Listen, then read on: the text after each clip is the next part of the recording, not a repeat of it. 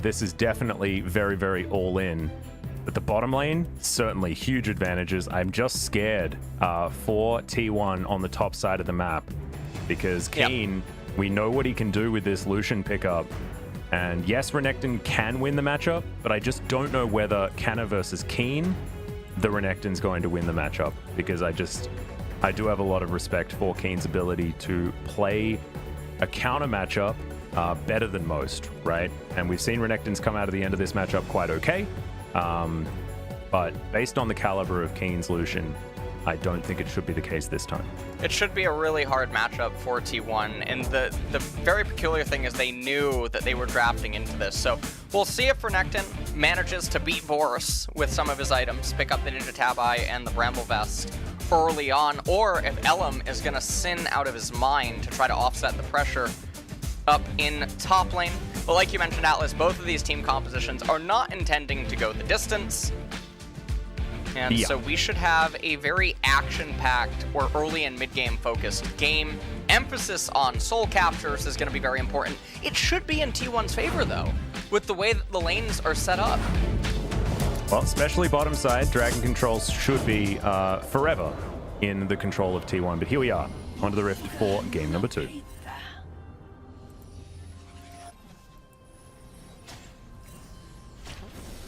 Draven. Yeah, I'm very excited to see what he's going to be able to do here. Has the cleanse on him as well.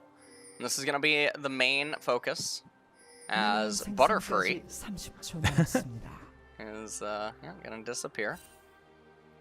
Yeah, and we saw Ghost pick up the Manamune, but we saw, I believe it was Han Sama, go back to the old build, which was the first item, Bloodthirster.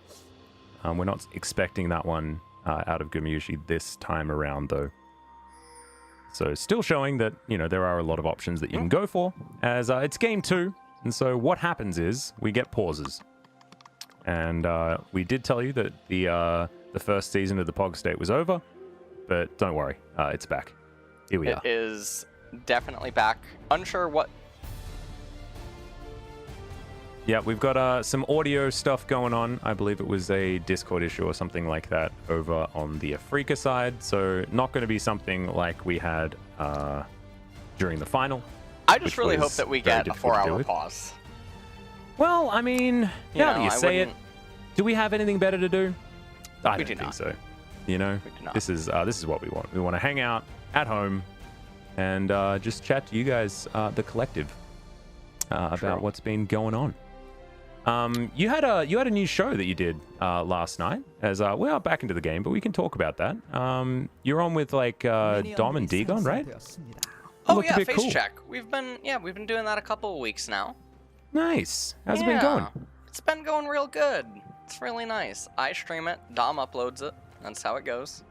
Nice. Actually, I've been watching a bit of Dagon recently. I hung out with him at Worlds last year, and he's a really cool guy. He is. I've been watching a bit of Summoners War esports, and he's been hosting the Americas side of that too. So cool to see friends getting work, especially in these challenging times.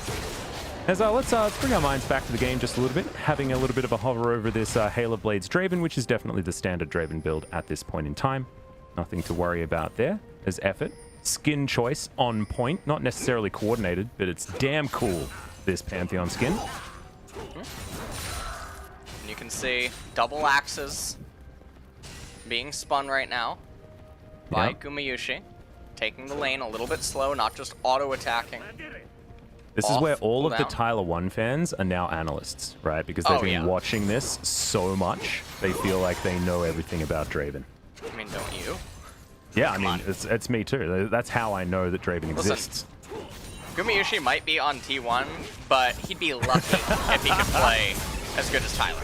Well, in goes effort. Gamayusi with the W. Lots of damage. But not exactly enough as Faker. Down to 200 here in the mid lane up against Fly as both of them going through their consumables. Faker down to 1 charge left on that corrupting pot. As Spirit looking for a bit of an invade here. Will find Ellim with a very healthy red buff. And that's a big health advantage there as Ellim turns on the Siren. Faker with the inside track though. Fly is going to be right here as Ellim down to 200 himself. Oh, that's big true damage, and the bubble isn't going to connect. Spirit Flashes forward. Oh, he's going to cancel the auto attack, and there is the blast cone to get Ellim to safety. A little bit of a misstep there from Spirit, but still looking like he is able to dictate the pace in the jungle. Yeah. And a little interesting, and we knew that Spirit would do stuff like this, obviously, on the Sett. Tries to get aggressive and offset things very early on. Meanwhile, though, down in bot lane for T1, they are having a very good time right now. And okay, get the bone plating off the Taric. I think they're thinking about maybe trying to coordinate a dive. Ellim's at half health. This is going to be risky. Well, Pantheon E. That's all that really matters. Yeah, right. Pantheon's ability to juggle everything. Bone plating not available. And you can tell. They smell it. They know it's a possibility. Yeah, Gamayusi threatening with that W. It's now on cooldown, and he doesn't exactly have a lot of health. It's been a Mystic comeback. Diving a Taric is rough, even without ultimate, just because of the healing. But Kiin getting all in by Canna here, but that's going to be first blood in the solo kill. Unfortunately, those solo kill stats are not going to be getting extended by Canna. It's the solo death that he's going to pick up there. And this is exactly what we illustrated at the beginning of the game. This was going to be a rough matchup. This is going to indeed be pretty hard. Now, he does zone him off of the cannon, so a little bit of 5-head right there. Yeah, it's all there just we part go. of the plan, yeah.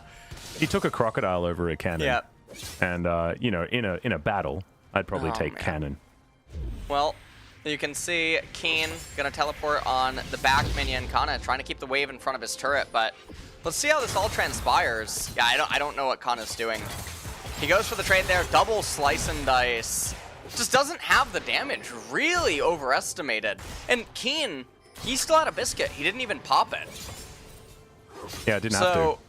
So, very confident that there was no way that he would actually die there.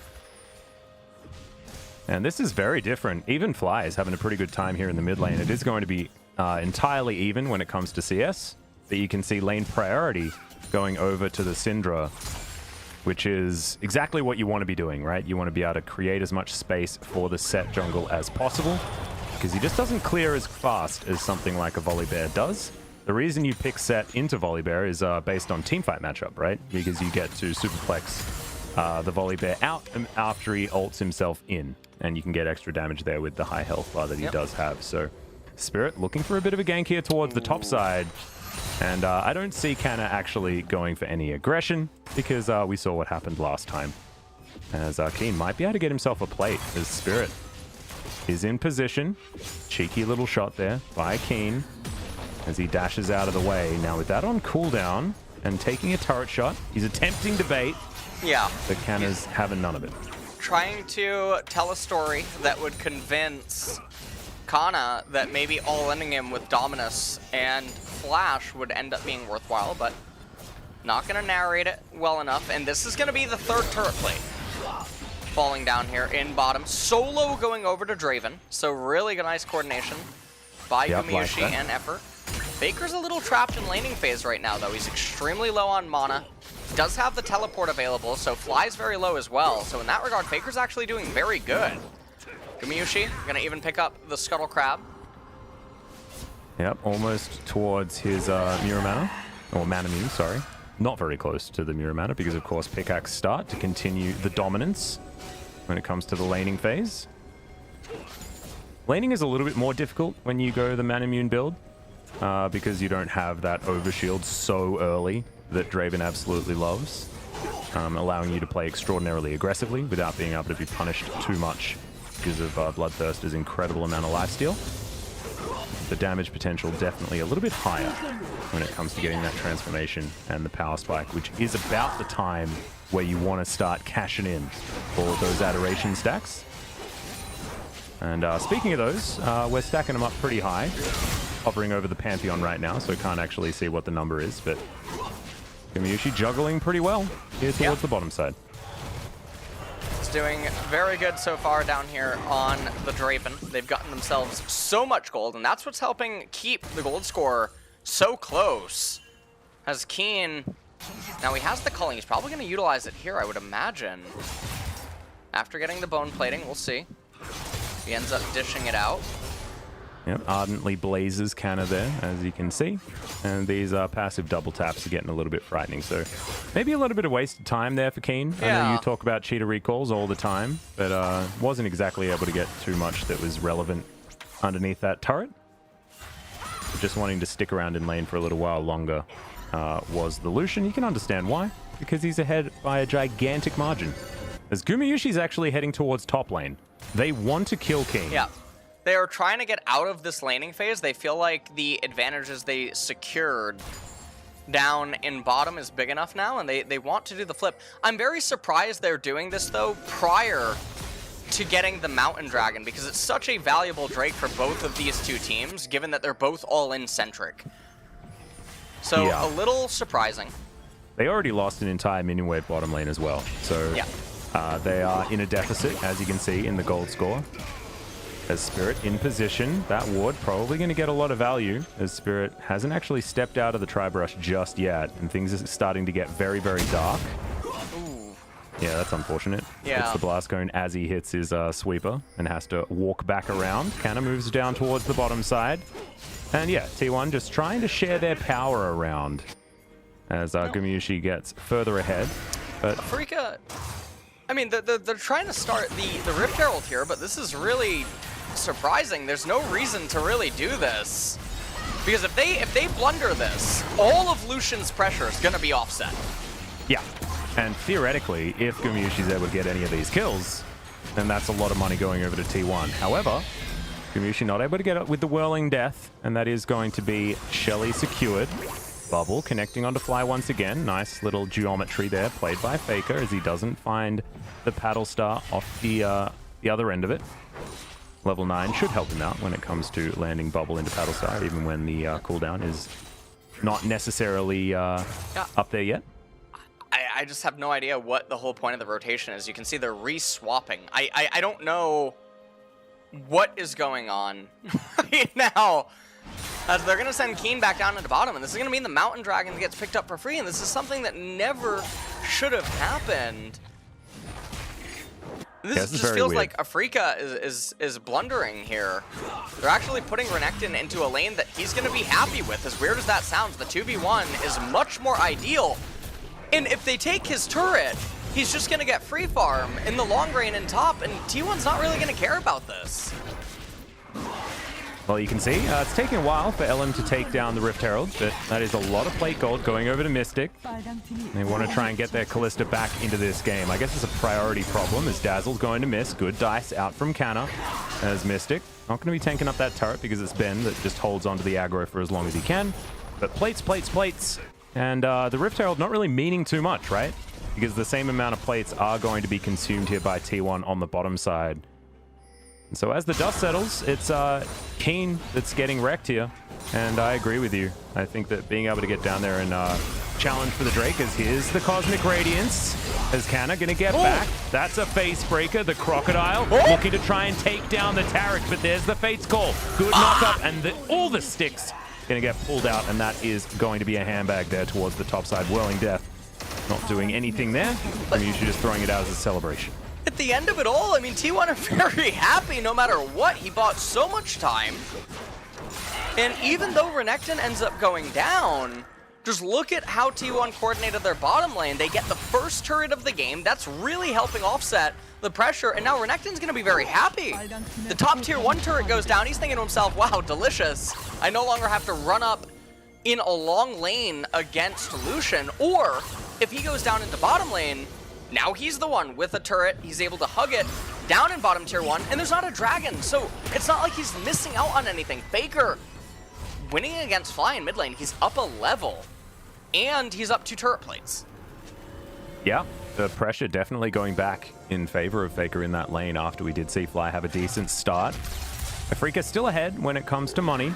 Blade of the Ruined King completed here for Kiin as his first item, so not going for, you know, the Chovy line of thinking, which is Essence Reaver, is Effort. Going to get a bit of a stun there onto Mystic. The Ignite going down as well, as Mystic's trying to hop over that wall. Eventually has the flash as Effort just gets the 1v1. Support versus AD. Champ, by the way. What a disaster. Love it. Love it. Yeah. Pantheon support. And it's so surprising it took so long for players to start playing him, because the item rework that happened at the very start of the season, making it easier to pick up these power items even faster, incentivizes carry supports a lot more because they're able to get to their first core and second core items pretty reliably inside of games. And Pantheon, one of the strongest utilizers of cheap items, given how much value he gets with serrated Dirk. Yeah, and the power of Umbral Glaive just as a support item in general. It's very, very strong. So I appreciate it as well. Thank you very much, Beryl, for bringing that into our lives. As Bubble's going to connect here. Onto Fly. Fake uses the last of his mana there as Whirling Death isn't going to pick up the kill. It's Effort that gets yet another one. 100% of T1's kills right now. As if we had Player of the Game votes, then mine would be already going over to Effort. Yep. And Gamayusi just trying to get as many stacks as he possibly can right now. Yep, close to 400 at this point. Getting a bit blue on those blades. Canna here, I mean, he manages to almost get the entirety of the minion wave, that one melee minion. Kalista ultimate ends up coming out. He tries to flash outside the range of the rend. 칼리 여기. 아래. 너 탐 밀게. 나 칼리 좀 싸울게. 볼게 이거. 높아요. 얘네 올라오고 있어. 얘네 올라오고 있다. 나 뺄 수 있어. 뺄 수 있어. 칼리도. Kalista no spell. And then right here, Kalista. Draven sends in the Whirling Death, and he was feeling a little bit regretful that she was right at the edge. Couldn't quite cash in. Yep. I do like the positioning, though. I think that if Fly had a flash, then the Whirling Death would have hit. So it was like, pick your poison in that instance. Fly making the right choice not to flash, but I think I would have cleansed if I was him. Decides instead to die, which, you know, flash cooldown, dead. Sorry, cleanse cooldown and dead. Definitely, I'd take the cleanse cooldown personally. As Mystic. Oh my god, the amount of burst damage. As there's a flash forward and Faker just picks him off. Good night, Mr. Kalista, as it's now Mystic's turn to underperform in this game. And T1, now with a pretty commanding lead, 2,500 gold. Wait for Draven, though, to cash in once, and the gold lead is going to explode even further. Ocean Dragon likely going to go the way of them. It's coming up in 13 seconds. They already have the Volibear in proximity. It looks like Gamayusi, though, he's going to come over. He's continuing to stack up these Adoration stacks. And it looks like Kiin might be next on the chopping block. But no, they respect the Spirits moving in. You can see the ping by Faker, I assume, onto that Ocean Dragon. Also rolled a Redemption. Good so you can tell he's proficient at Zoe. Yep, Spirit over to the side. T1 knows exactly what's going on here, as they are going to trade Drake for Herald. And T1 have played the map better, and they've also been able to play these fights better and these skirmishes better. So it is T1 just looking like a stronger team right now in this particular game, despite the fact that Afreeca did have slight gold leads early on, and Kiin really doing a number on the Renekton. Just hasn't seemed to matter, as all of these minions are going to waste on the bottom side. Fly will get in and pick up some of this experience at least. As, okay, also Will is going to help out there as he throws those minions back, but that was a lot that went missing here on bottom side of the map. And Canna, right now, he's going to instantly shove out the wave. This is about the time that I cry about no freezing. This is right around the exact moment in the game. Because Afreeca is so far behind in the game that if Renekton just pulls that wave, there's nothing for Kiin to do. And he's going to end up hemorrhaging his CS advantage, and Renekton can actually mitigate it. Or he overextends in the lane and just dies to T1 because they're the ones with autonomy on the map right now. They get control and say over everything that happens. Padre, it's up in 4 minutes. He might be dead. Yeah, Ellim's going to come through, but unfortunately, he's not going to be able to do anything because Faker just takes care of it by himself. That was a no-flash Zoe that just absolutely obliterated the top laner of Afreeca, and he has no way of getting out of any of that CC. So that is just good night, Lucian. And Faker's playing extraordinarily well this game. In fact, this whole series feels like the comeback to the god of the mid lane. And I, for one, am very happy to see it. Yeah. I mean, right now, in this game, everyone on T1 is just so far ahead, with the exception being the Renekton, who understandably had a very rough laning phase against the Lucian, but now Canna has transitioned out. We're now in the mid game, and all the other champions are very, very, very far ahead at this point in time. Like the itemization out of Faker, he has the Sword Pen Boots and the Oblivion Orb, no MR present on the enemy team. So you take a look at Syndra, she has 42 MR, 43 she just leveled up. Faker penning 33 of that, dealing near true damage to a lot of the members on the side of Afreeca. Oh my god. And the timing lines up right there. 이들 다음 선포지 한번 밀려. Yeah, this Faker will find Kiin here. 확인. 35 MR 천천히 on 가줘, Lucian. 천천히 가줘. He has 2 MR against 아래만 줘봐, 아래만 줘봐. 내가 Ow. 잡았어 이거. 아래만 줘면. 죽지 마. 잡았어. 미드 5인이다 이번에. Jeez. 막으러 갈게. That's some scary stuff. And Faker, it looks like he is going into the Rabadon's Death Cap as his next item, as he picks up the needlessly large rod. I'm a little bit surprised he doesn't just outright pick up the Mage Eyes right now, given that the game is in a bit of downtime. And a fight, if it would unfold at Cloud Drake, could be pretty big. We've seen this a lot in Europe. The Mage Eyes picked up very early on in the mid stages of the game. The item's just so powerful.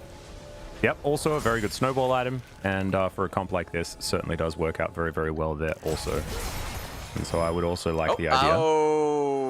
Effort is just going to put up the shield, and this is the value of the Pantheon. He is going to have to flash to get out of the way, but he gets a culling for his trouble. And T1 continue to plow ahead. Yeah. Pantheon's a hell of a champion, dude. He is very good. He is a nice spell. Yeah. And seems like right now, T1, they're just going to wait, play slow and steady. And this is pretty good League of Legends out of T1 here.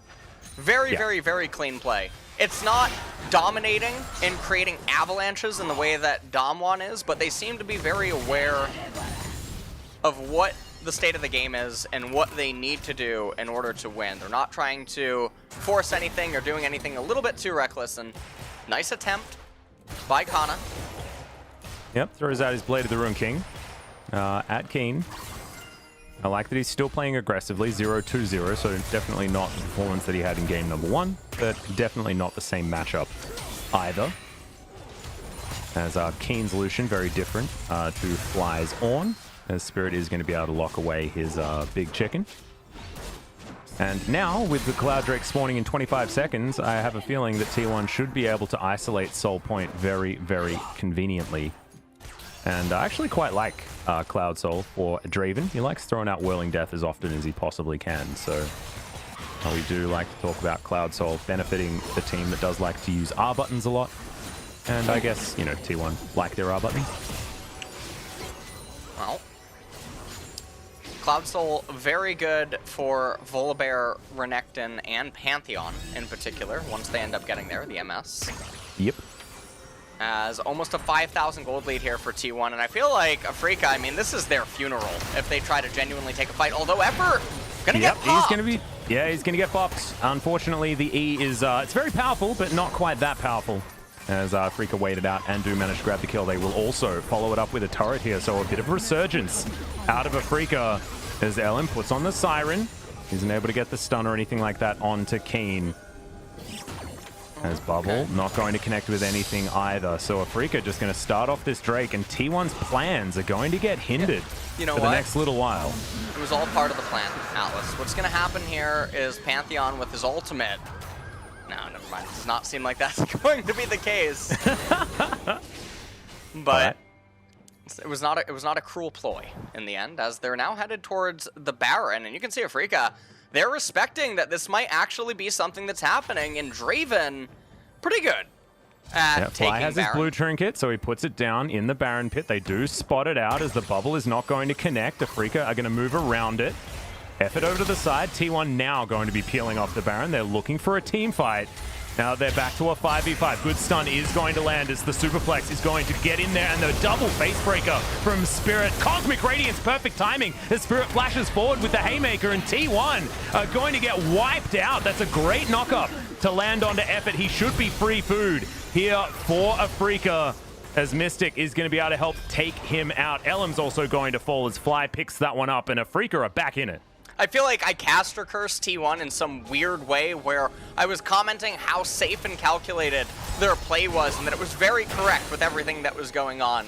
And then in the last 1 minute, it was some of the sloppiest play in playoffs that we've seen in terms of decision making, pretty much all around. So Gamayusi, he doesn't end up dying, so that's pretty fortunate. He's not one of the members that ends up biting the dust. But let's just take a look at this. Why is Effort randomly in mid here? Why is that ward of any importance with the wave coming in? And so he just gets trapped. And then they start up the Baron. Ellim takes 50% of his life. Canna just randomly begging Syndra to QE combo him. And then Faker off on the right-hand side. There's no way to take this fight from this angle. And they're lucky that this is all that they lost in the end. Because this is a pretty awful series of decisions. Yeah. Not much more to say. As Fly very easily takes down the Volibear. So T1 back here again. We did talk about if at first you don't succeed. But I don't know whether trying for this Baron at 24 minutes is going to net better results the second time around. As T1 do still have a gold advantage. Gamayusi especially very far ahead when it comes to gold. But you can see the gold graph is showing Afreeca coming back up again. Yeah. Well, T1, I mean, they're still ahead right now inside of this game. Taric, though, the longer that the game goes on, he becomes scarier and scarier, as it's going to be more difficult to really beat him in the later stages, especially as defensive itemization starts coming in more. Don't look at Faker's inventory is one of the things that I would say. Oh, man, it was looking so good. It was with looking that real needlessly good, large yeah. rod, and then Boris just gets in his ear and says, "No, you got to finish that book, man." Buy my book. And Faker's like, "Oh, you have an autobiography? That's so cool." As because of that, Faker is going to reset the blue buff, which is absolutely not what he wants. Eventually, he will be able to pick this one up quite nicely and put some sparkles into it, and that is going to be blue secured. 2-0-1, so you can't complain too much if you're a Faker fan. But I would have liked to see something like a Death Cap. Edge of Night completed here by Gamayusi. He definitely wants to be able to cash in, though. These stacks are getting out of control. 730. The blades are so blue. Oh, they are very big right now. He just needs one kill. He's been waiting for this for a while. Yeah, well, Spirit might be delivering it to him as he superplexes right on in. Gamayusi gets on over the top. It's a big shield from the Haymaker as the Culling's going to zone out the Draven for now. Faker grabs that kill as the Whirling Death isn't able to do so. He flashes forward, finds the bubble as well. But enough distance has been created as Ben is going to survive for the minute. Definitely scary stuff, though, and Spirit now being dead means that T1 can try this play once again if they would like to. Mystic getting chunked just a little bit. Faker picks up a Blade of the Ruin King. Curious why he's not standing in the Draven spot where he can just stand still and endlessly catch the axes. Oh yeah, true. Well, Ben is going to find a Dazzle onto Faker. Fly! There's the Blast Cone, and Fly is going to get blown up. Fate's Call comes down. Mystic trying to fight this one out. That's a great stand aside as Ben. He's going to be the first one to go down. No! Actually, it's going to be Gamayusi. Double kill for Mystic. Sorry, Kiin's going to grab one as well. And there we go. All of the emotes come out. A triple kill and a double. The full house for the 80 carries on Afreeca's side. And Afreeca, I mean, I don't know what's going on right now. We got a baseball game on our hands, Atlus, because there is a lot of throwing going on here. This is one of the most confusing games all around. Take a look at this. So, Spirit superplexes backwards the Volibear. Gamayusi getting zoned out there by the Draven, and so he ends up backing up, doesn't cash in his stacks. They have a very good angle. And then right here, also not utilizing the Draven spot to get the endless auto attacks. Take a look at what happens. They could have just given this kill to Draven. He would have cashed in. And then I almost feel like this is tilt by him as they run forward. Yes, Ben just barely lives. We mentioned this earlier about Taric.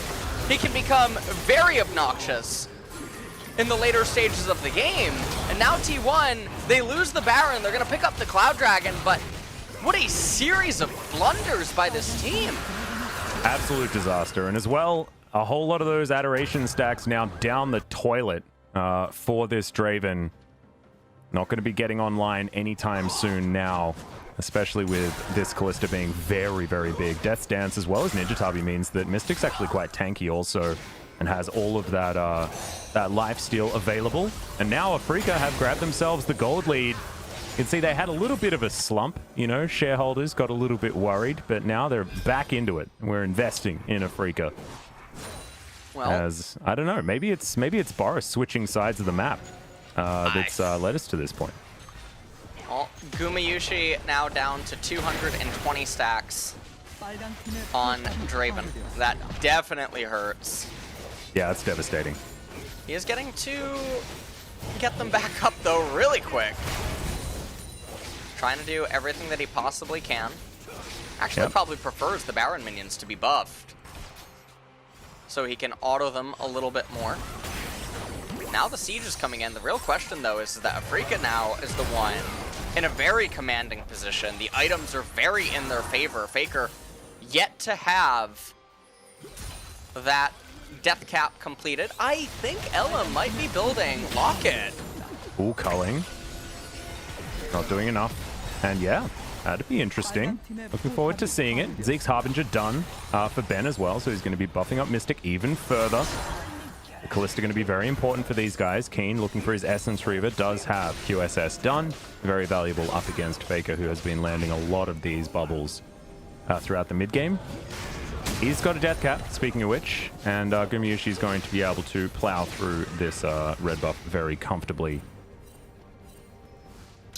And man, I'm getting worried for T1. I feel like their time is slowly running out. As we've got another BF sword for Mystic, the triple lifesteal will be coming in very, very soon. And the Essence Reaver is now done. Kiin is a raid boss right now. He's very, very scary. Yes. 3 items on the Lucian. Has Black Cleaver, Essence Reaver, and Blade of the Ruin King QSS there, as well as the defensive measure. And now T1 are they're the ones that are behind. They do have the Cloud Soul coming up. I mean, if Gamayusi can get one fight and get a turning, he probably just actually gets both item completions.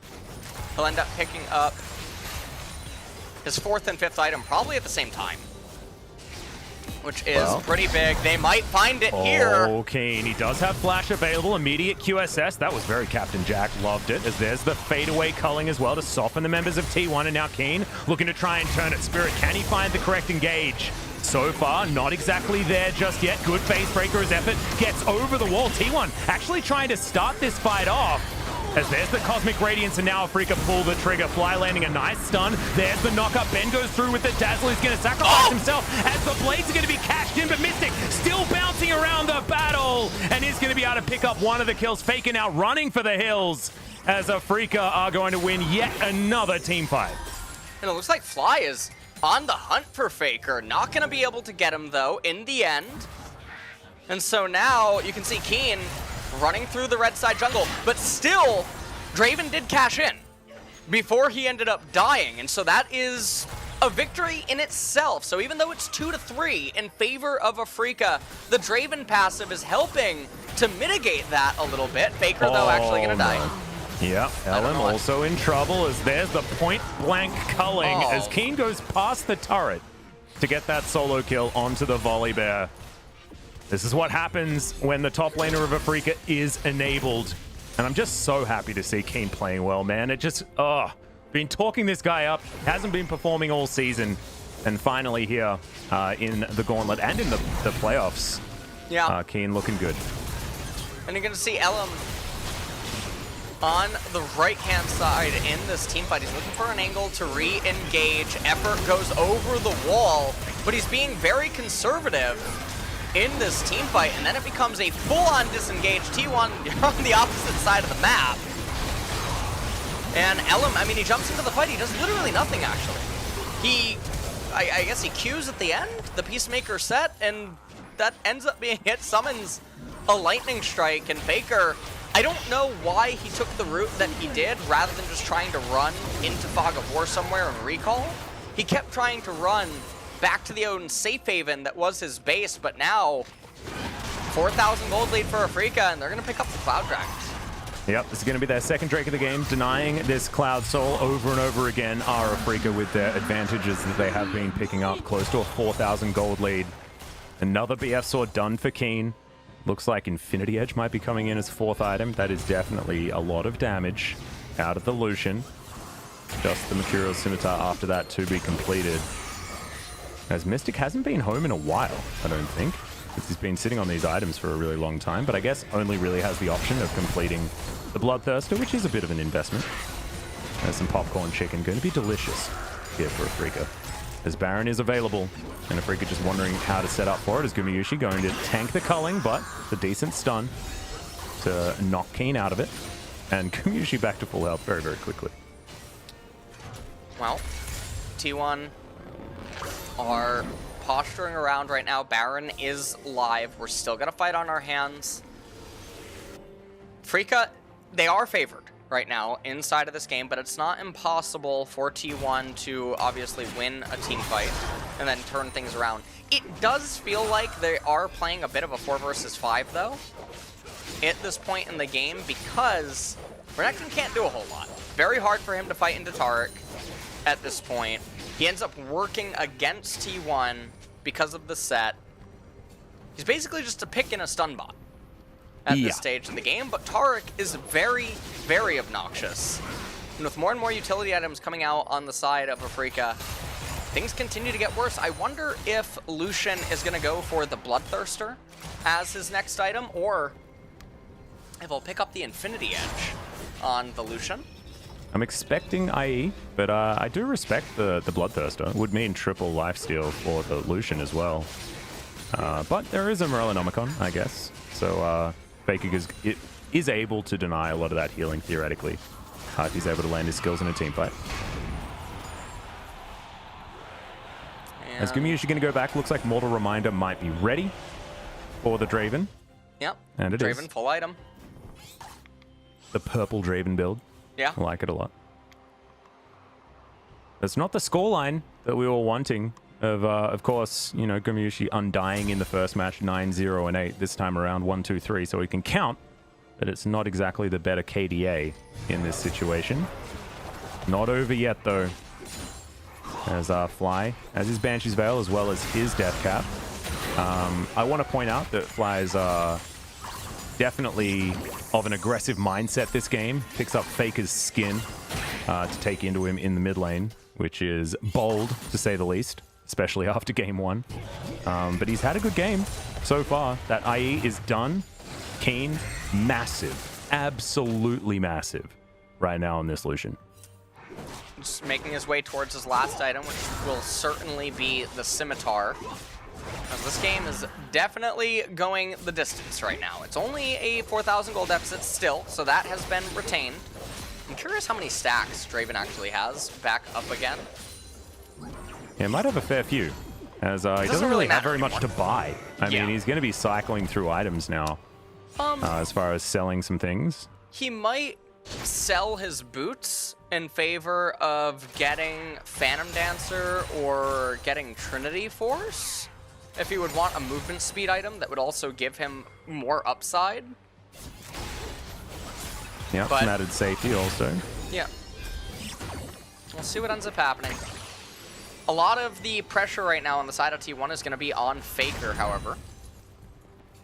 With the Zoe, the bubbles are going to be super important, but it's very problematic because there is those QSSs and the Banshee Veils that he has to try to get through.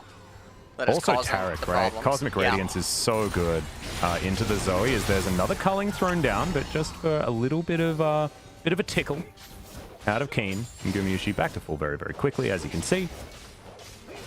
Damn. He doesn't actually have any lifesteal in the build. This is just like from runes and being Draven. Impressive.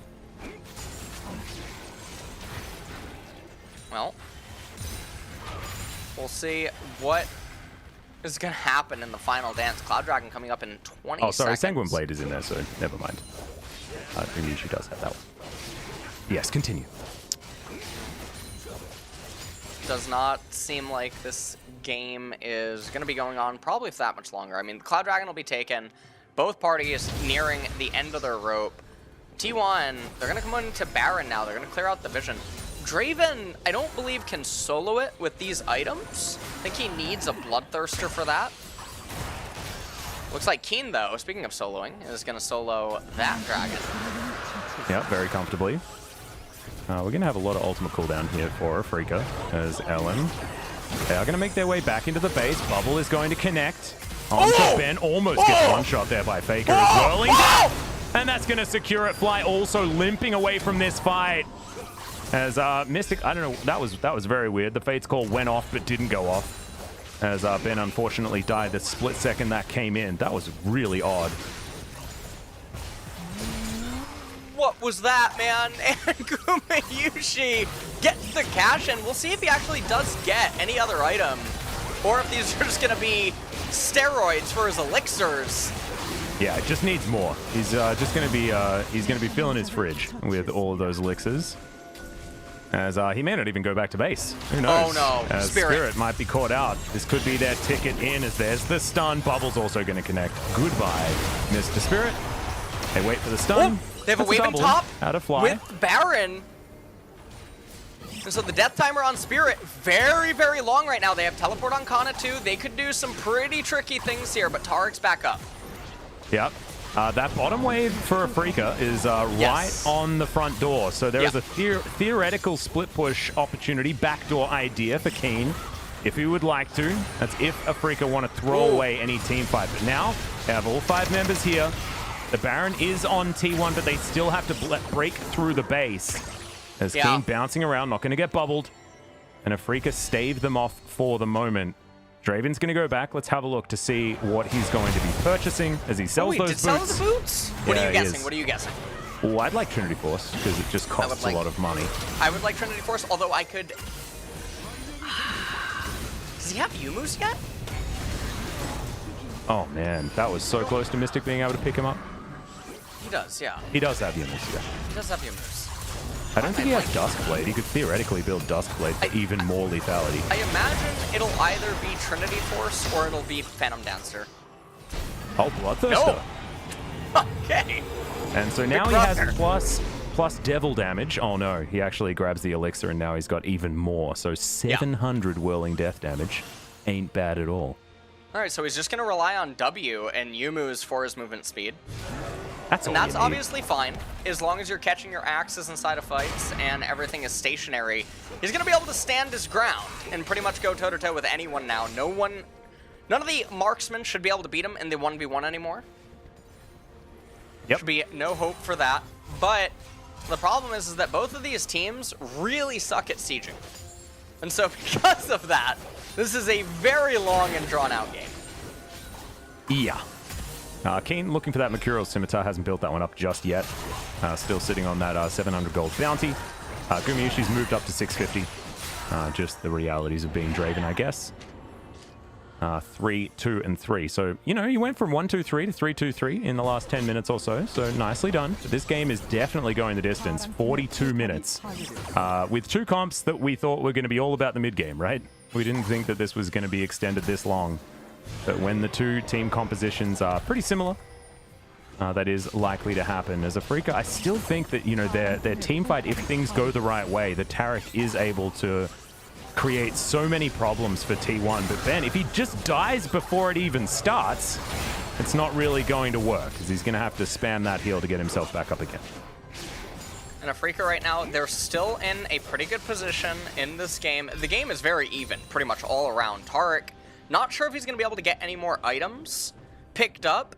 Scimitar finally in for Draven now, so all future gold should probably be just allocated towards the Kalista. This is one of the strangest things in the world, by the way. Fly just outright picked up the Morello.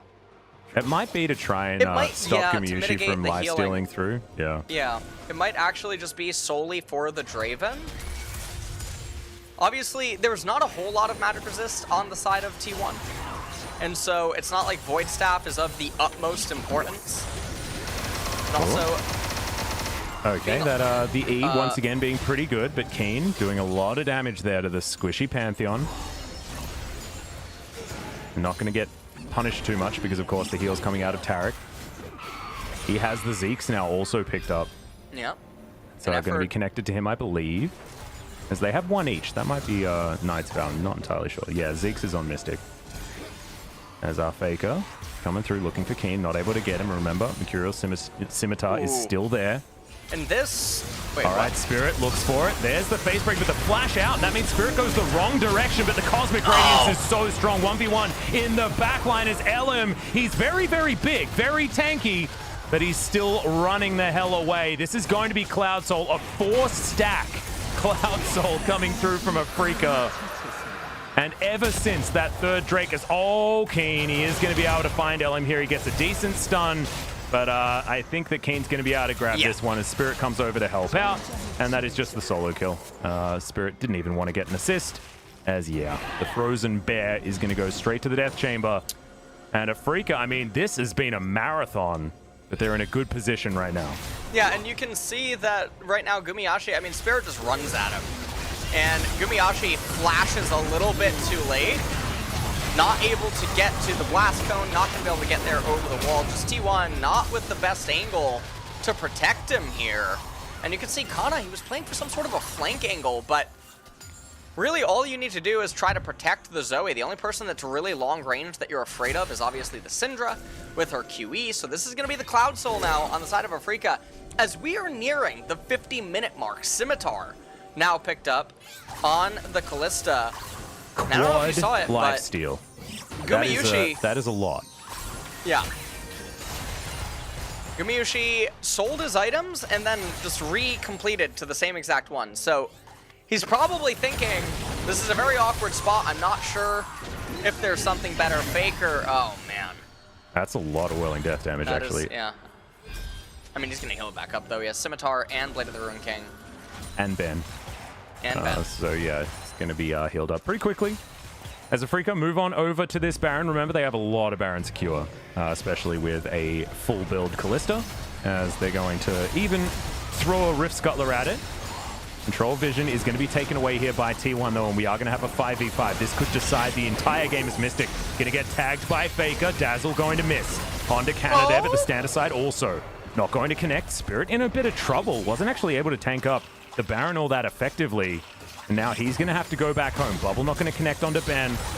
As T1 trying to get in position. As Kiin, very aggressive movement. As both Ellim and Canna are going to run away.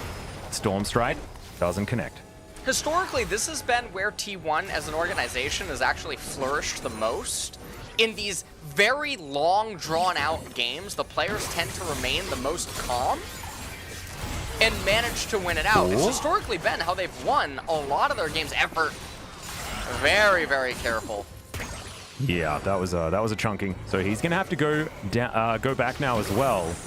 And so once again, Afreeca have the opportunity of moving over towards this Baron. There's a control ward in the back of the pit, but Spirit puts that control ward back in here. And T1 having to deal with the Baron in darkness as Faker does find a bubble, lands onto Ben. Now Effort making his way back through. Ben actually down very, very low as the culling is soaked up by Ellim. That's probably okay. But T1 is Mystic sticking with the Baron right now, but he is going to get tagged up. Not going to have to use his Scimitar just yet as he gets out of the way of the Baron. Kiin dashing over the wall. This is super intense. This is, it's a bit of tug-of-war. A little bit of pushback on both sides. Elder Dragon coming up in 2.5 minutes as both junglers still just moving towards their full items. Very, very surprised that Korea has not picked up on the Locket of the Iron Solari yet. Yeah. Really, really, really big whiff by both here.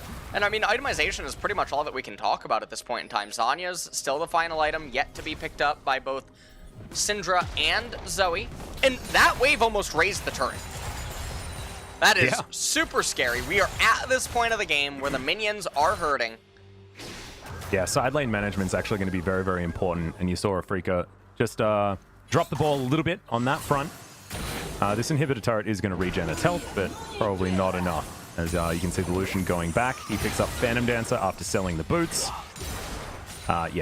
Lucian's online, by the way, guys. It's a lot of crit.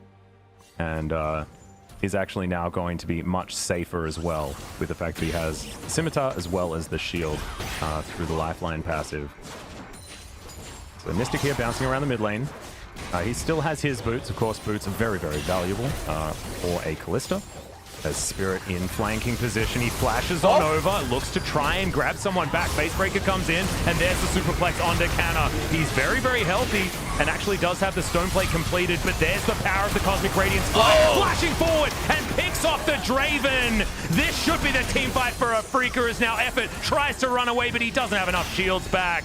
And here is the recall from Canna to get himself back in, but I think Afreeca may have just broken it open. And I think we have a tied series now as Canna even going to get stopped there as Fly picks that one up. And now these Nexus turrets aren't going to last very long whatsoever. Afreeca have done it in a 50-minute game. They take game number 2, and now it's just a best of 3 for one of these teams to move forward and still have a chance of going to Worlds when they face off against Gen G. That was